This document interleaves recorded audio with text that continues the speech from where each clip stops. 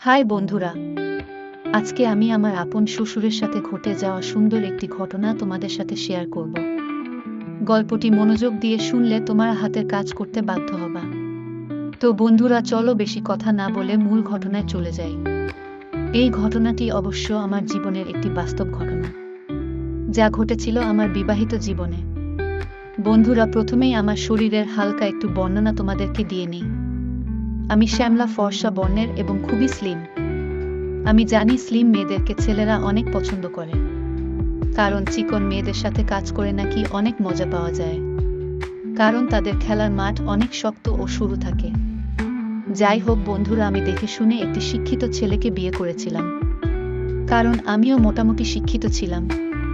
তাই আমার বাবা মা একটি শিক্ষিত ছেলে দেখে আমাকে বিয়ে দেয়।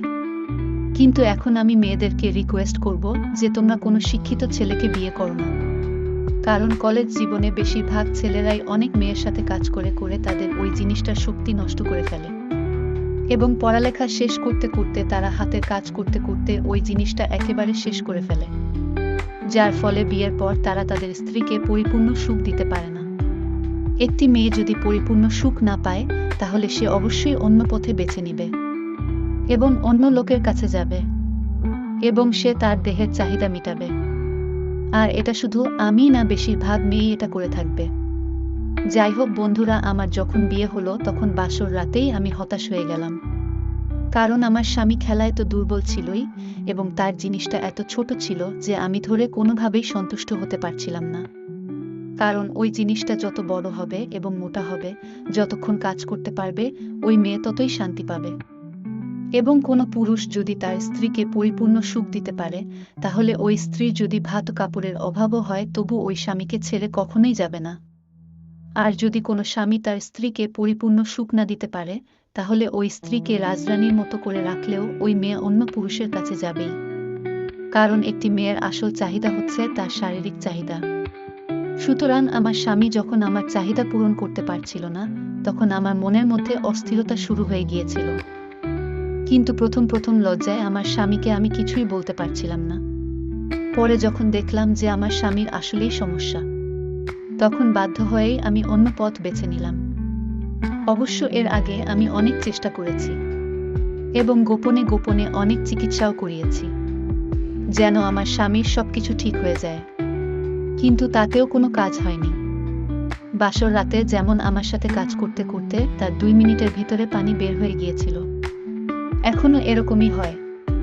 যৌন দোকান খুলতে খুলতেই বেচাকেনা শেষ। তোমরাই বলো, এভাবে কি একটি মেয়ে সারাটি জীবন কাটাতে পারে? তা কখনোই না। কিন্তু আমি তো আমার স্বামীকে ছেড়েও দিতে পারছি না, কারণ আমরা ওরকম বংশের মেয়ে না যে এক স্বামীকে ছেড়ে দিয়ে আরেক স্বামীকে ধরব। তাই আমি চিন্তা করলাম যে আমার স্বামী কেউ তো ছাড়তে পারবো না, তাহলে এখন কি করা যায়? এভাবেই দুশ্চিন্তায় আমার দিন কাটতে লাগলো।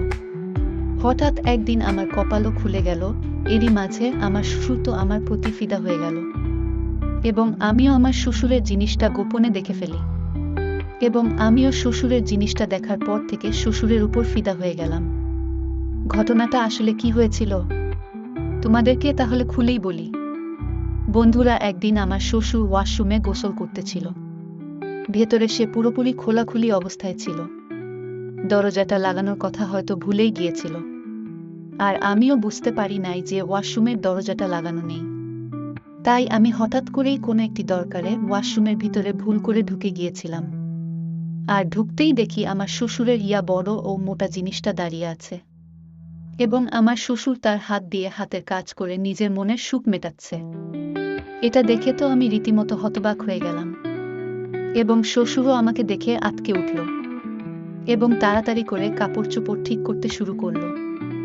বন্ধুরা, এই গল্পের দ্বিতীয় পর্ব সহ এরকম আরো মজার মজার গল্প পেতে আমাদের চ্যানেলটি সাবস্ক্রাইব করে রাখুন। ধন্যবাদ।